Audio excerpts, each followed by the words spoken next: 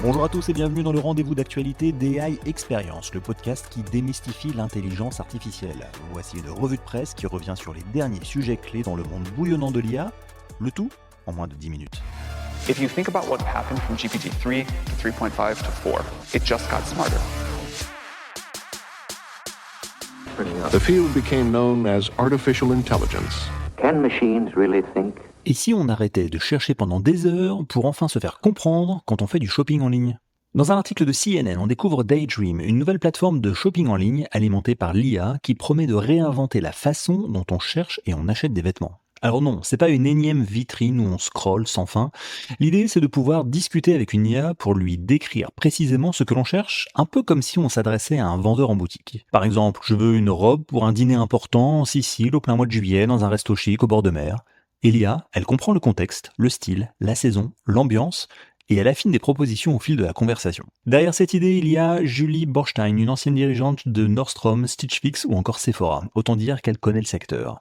Elle a aussi confondé The Yes, racheté par Pinterest. Bref, c'est pas une débutante. Mais ce qui est intéressant, c'est que Daydream ne cherche pas à concurrencer Amazon ou Google sur la quantité. Au contraire, la plateforme travaille avec une sélection de 8000 marques, de Uniqlo à Gucci, choisies pour leur compatibilité avec l'IA. Le but, c'est de proposer des résultats pertinents, pas de noyer l'utilisateur sous des filtres. On peut taper une description, poser une question ou même envoyer une image inspirante. L'IA adapte ses suggestions en temps réel, selon vos goûts, vos préférences, la météo, votre budget, et le tout sans pub. Daydream ne se rémunère que si l'acheteur achète un produit via une commission sur la vente. Ce type d'approche soulève un vrai sujet, celui de la découverte en e-commerce. Parce qu'on le sait, les filtres classiques, taille, couleur, prix, ne suffisent plus forcément à capter des envies très personnelles ou très spécifiques. Et là, l'IA devient un levier intéressant pour rendre la recherche plus fluide, plus humaine et moins frustrante. Daydream est encore en version bêta, accessible via navigateur web uniquement. Une app mobile arrive cet automne. Ce sera surveillé, surtout si la promesse d'une expérience conversationnelle personnalisée tient ses promesses. Ce que je retiens ici, c'est une bascule dans l'usage. On ne clique plus, on parle. On n'essaye plus de s'adapter à un moteur de recherche figé. C'est l'interface qui s'adapte à nous. Et dans ce nouveau rapport entre IA et e-commerce, Daydream pose peut-être les bases d'un modèle plus intelligent, mais aussi plus intime.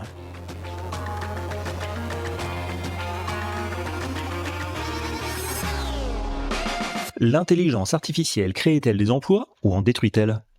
Dans un article du Wall Street Journal, on apprend que Microsoft a supprimé plusieurs milliers de postes supplémentaires quelques semaines seulement après une première vague de licenciements touchant plus de 6000 personnes.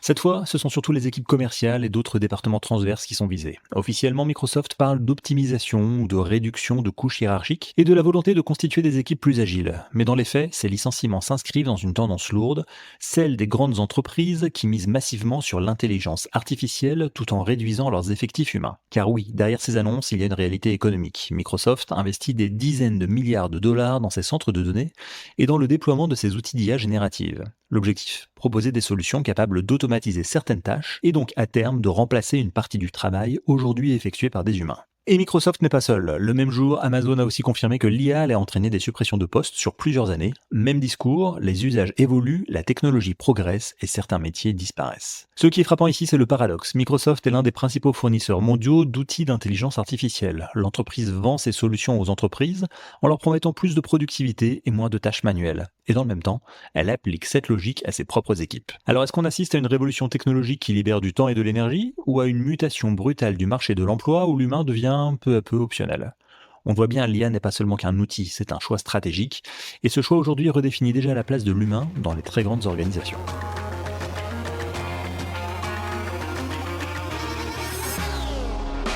Et si le mot intelligence artificielle suffisait à nous faire fuir un produit ? Dans un article du Washington Post, la journaliste Heather Kelly s'intéresse à un phénomène de plus en plus visible, le rejet par certains utilisateurs de l'intégration massive de l'IA dans les services du quotidien. L'histoire commence avec Karen Crow. Elle utilisait l'appli Duolingo depuis plus d'1 an et demi et Audible depuis plus d'une dizaine d'années. Et un jour, elle a décidé de tout arrêter. Pourquoi ? Parce que les deux plateformes ont annoncé qu'elles allaient remplacer une partie de leurs services par de l'intelligence artificielle. Traduction, narration, voix, autant de tâches autrefois réalisées par des humains, aujourd'hui confiées à des machines. Et elle n'est pas la seule. Reddit, TikTok, YouTube, Threads, partout des utilisateurs dénoncent une perte de qualité mais aussi de sens. Ils ne veulent pas de voix synthétique pour lire un roman, ni d'exercice de langue généré à la chaîne. Ils ne veulent pas d'un service optimisé, mais d'une expérience incarnée, humaine, en un mot, authentique. Ce que raconte cet article, c'est une tension de plus en plus forte entre la promesse technologique, plus de contenu, plus vite, à moindre coût, et l'attachement émotionnel que certains ont pour des produits où l'humain avait une place centrale. Derrière ce rejet, il y a aussi des craintes, des pertes d'emplois dans les industries créatives, des impacts environnementaux, mais aussi un sentiment plus diffus, celui que la technologie nous prive peu à peu de notre part de sensibilité. Une narratrice audio interrogée dans l'article résume ça très bien. Elle dit, je cite, « Même si l'IA savait faire monter l'intensité ou simuler un souffle, elle n'aura jamais vécu de relation amoureuse, elle n'aura donc jamais vibré en lisant un passage. » Alors bien sûr, les entreprises, elles, parlent d'alternatives. Audible explique que l'IA servira à donner une seconde vie à des livres oubliés sans budget. Duolingo précise que l'IA libère du temps pour ses équipes humaines qui peuvent se concentrer sur des projets plus ambitieux. Mais la question reste entière.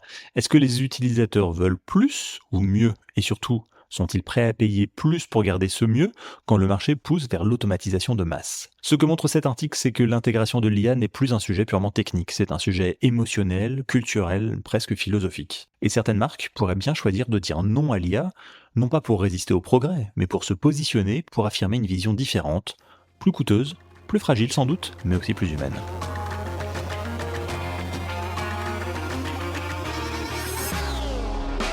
Et si votre passeport, votre CV ou même votre certificat de naissance avait été utilisé pour entraîner une intelligence artificielle sans que vous ne le sachiez? Le Washington Post révèle que des millions de données personnelles se trouvent au cœur de l'un des plus gros jeux de données publiques utilisés pour entraîner des IA génératives d'images, Datacomp Common Pool. Ce jeu de données, c'est un mastodonte, 12,8 milliards d'images et de textes collectés automatiquement sur le web entre 2014 et 2022. Il a été téléchargé plus de 2 millions de fois et on le retrouve dans de nombreux modèles open source, mais aussi dans des projets commerciaux sans qu'on sache bien toujours lesquels. Et voilà le problème. Une équipe de chercheurs, en auditant à peine 0,1% de ce jeu de données, a trouvé des milliers de documents hautement sensibles. Des passeports, des cartes bancaires, des CV avec nom, adresse, numéro de téléphone, antécédents médicaux, des statuts de handicap et même des photos d'enfants associées à leur état de santé. Si 0,1% contient ce type d'informations, on parle potentiellement de centaines de millions de données personnelles qui sont exposées. Et c'est pas une erreur, les chercheurs le rappellent, à partir du moment où on fait du web scraping à grande échelle,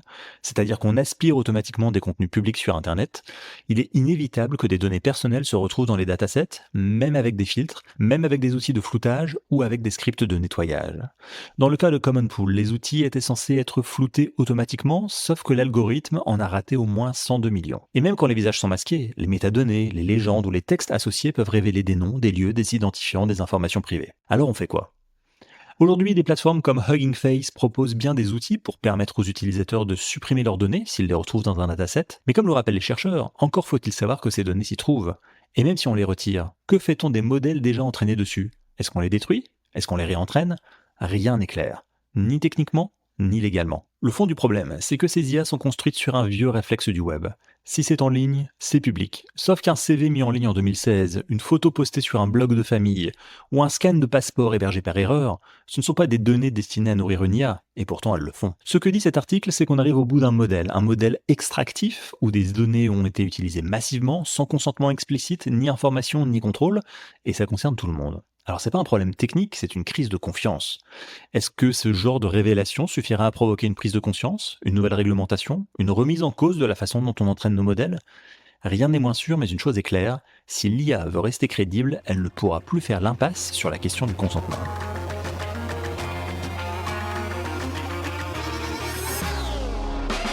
Et si, avant d'embaucher quelqu'un, vous deviez d'abord prouver qu'une IA ne peut pas faire le job? C'est exactement ce que le CEO de Shopify a demandé à ses équipes, et cette initiative dont j'ai déjà parlé est devenue une transformation culturelle à part entière.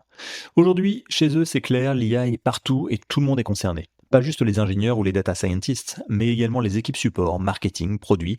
Toutes utilisent des outils comme GitHub Copilot, Cursor ou encore des modèles maison développés en interne. Et c'est pas réservé aux experts, les stagiaires aussi y ont accès. Le mot d'ordre avec le recul est simple, si une tâche peut être faite par une IA, alors elle doit l'être. Avant de recruter, avant même de déléguer, on teste, on automatise, on challenge l'existant. Mais ce qui est intéressant, c'est que Shopify ne s'arrête pas à la technologie.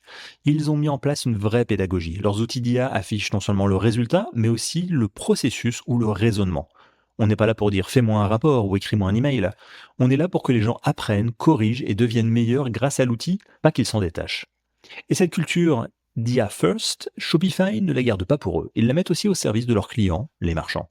Avec des outils comme AI Store Builder, qui permet de créer une boutique complète à partir de quelques mots-clés, ou Sidekick, leur assistant intelligent intégré à la plateforme, capable d'automatiser et d'analyser les ventes, de segmenter les clients ou encore de recommander des actions marketing, le tout en 20 langues différentes. Alors bien sûr, ça soulève des questions.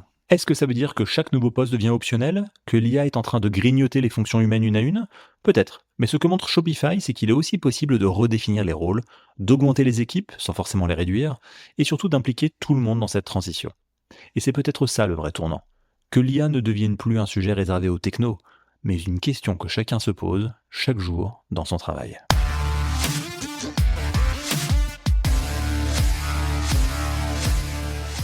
Ainsi s'achève notre tour d'horizon de l'actualité IA. Ne manquez pas le prochain épisode chaque dimanche en français sur cette chaîne ou alors en anglais sur la chaîne AI Experience in English pour des interviews d'experts au cœur de la révolution IA. Évidemment, je compte sur vous pour 5 étoiles si l'épisode vous a plu. À très vite.